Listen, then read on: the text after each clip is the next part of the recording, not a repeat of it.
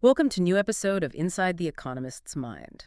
Today, we're taking a deep dive into a really foundational idea in economics, the non-accelerating inflation rate of unemployment, or, what everyone calls the NAIRU. That's right. And it's a concept that our sources really get into. It's kind of the holy grail for economic policymakers, isn't it? Yeah, finding that sweet spot. Exactly. That lowest level unemployment can hit without sort of kicking off accelerating wage growth and, inflation down the line. It's a real balancing act. Absolutely. I mean, it's pretty obvious high unemployment is bad, right? Nobody wants that. No. But maybe what's less obvious and what our sources help us unpack is that pushing unemployment too low can actually cause its own set of problems, rising prices, basically. Mm. So our mission today is really to get a handle on what this NAIRU thing is, why it's so critical for, the people steering the economy, and maybe what makes this magic number move around.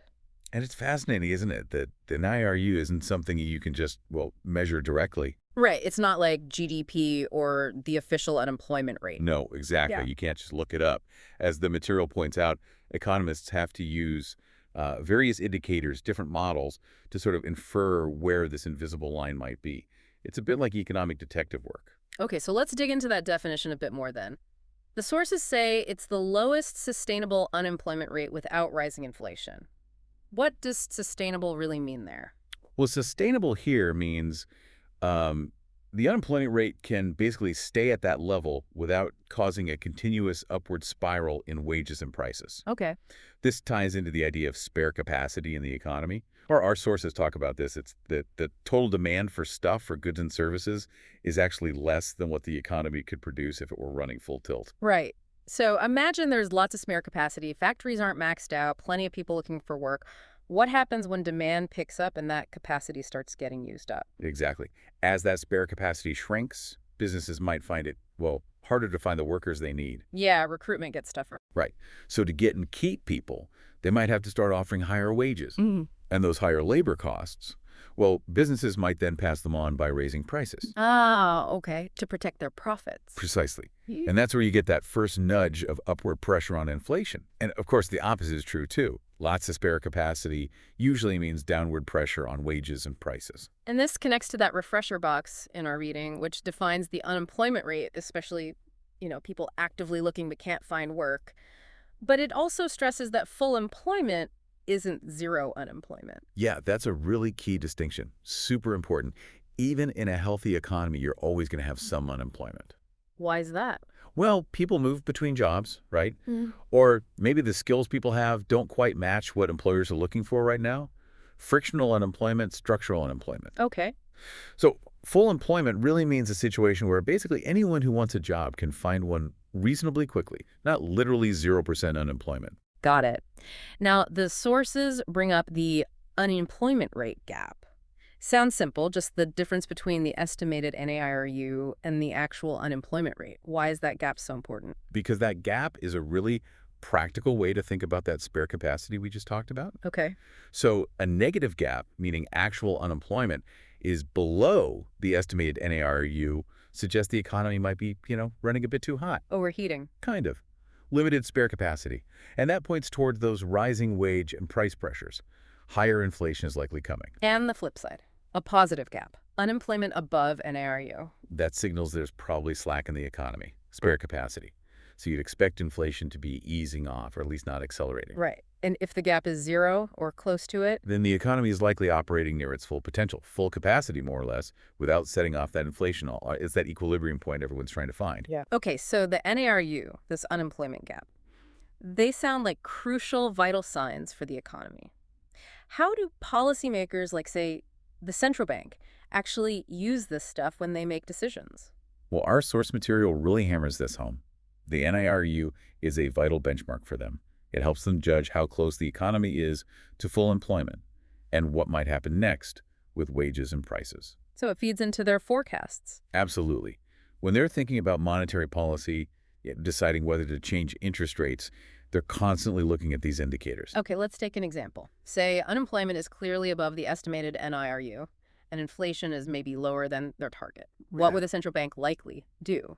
In that situation, they might lean towards lowering interest rates, or maybe even use some of those unconventional tools we've heard about Why lower rates? to make borrowing cheaper, encourage people and businesses to spend and invest more. The hope is that stimulates the economy, closes that unemployment gap, and nudges inflation back up towards the target. Makes sense. And the opposite scenario. Unemployment is below NIRU, inflation's heating up, maybe getting above target. Then they'd probably look at cooling things down. The standard tool there is raising interest rates. Makes borrowing more expensive. Right, which tends to dampen spending and investment across the economy, helping to ease those inflationary pressures. So yeah, that estimated gap is a really critical input for their models, their forecasts, and ultimately their policy decisions. The sources also get into another really big concept, the Phillips curve. And they mention a short run and a long run version. How does that fit in with an NAIRU? Ah, yes, the Phillips curve. Very closely related. So the short-run Phillips curve suggests there might be this trade-off. Between unemployment and inflation. Exactly. If the central bank, using monetary policy, deliberately pushes unemployment below the NAIRU, the sources use this example of moving from point A to point B, you might see unemployment fall for a while. Okay, sounds good so far. But, and this is the crucial bit, it often comes at the cost of higher inflation. Right, so in the short term, it looks like a choice. Lower unemployment means accepting higher inflation, or keep inflation low, but maybe unemployment stays higher? That's how it might seem initially. But the material is clear. That trade-off. It's only temporary. Why only temporary? Well, that's where the long-run Phillips curve enters the picture. See, over time, people aren't stupid.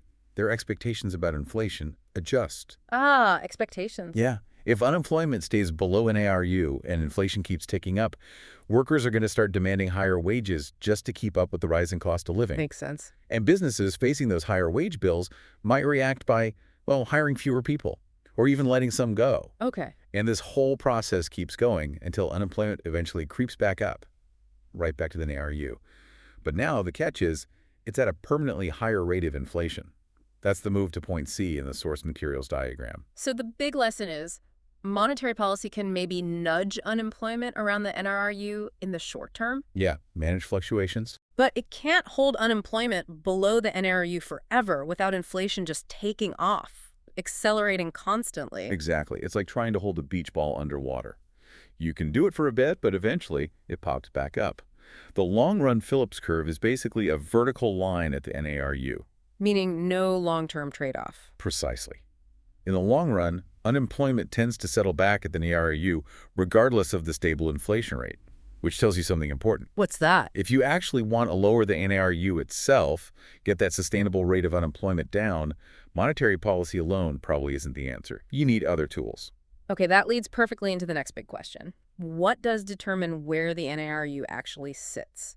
The sources mention estimates have been falling in recent decades in many places. Why? What's pushing it down? Yeah, that's a really interesting observation. The material points to several factors. One big one is globalization. How does that work? Well, think about it. Businesses here face way more competition from overseas suppliers than they used to. Right, imports are everywhere. So even if the local economy is doing well and unemployment is low, domestic firms might hesitate to raise prices much because they know customers could just buy cheaper imported goods instead. Ah, it keeps a lid on price hikes. Exactly.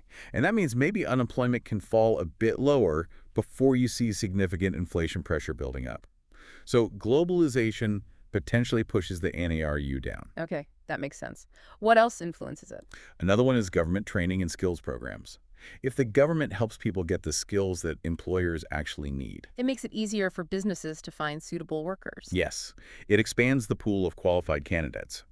So even as unemployment falls, businesses are less likely to face crippling labor shortages that force them to bid up wages aggressively.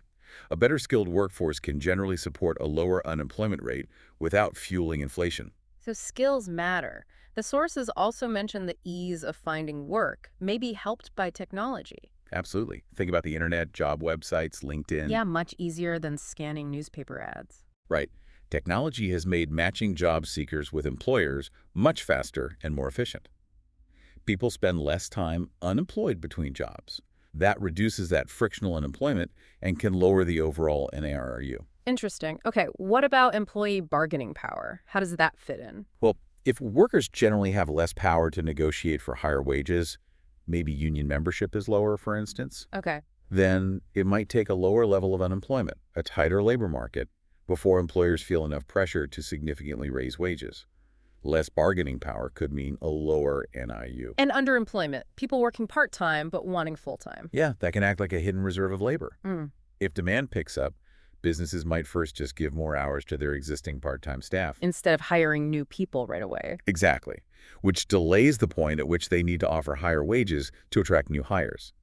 So high underemployment could allow for a lower NIRU, at least for a time. And the last one mentioned sounds a bit complicated. Long-term unemployment or labor scarcity, sometimes called hysteresis. Yeah, hysteresis is this idea, it's a bit worrying actually, that long periods of high unemployment can actually damage the economy's potential in the long run. How?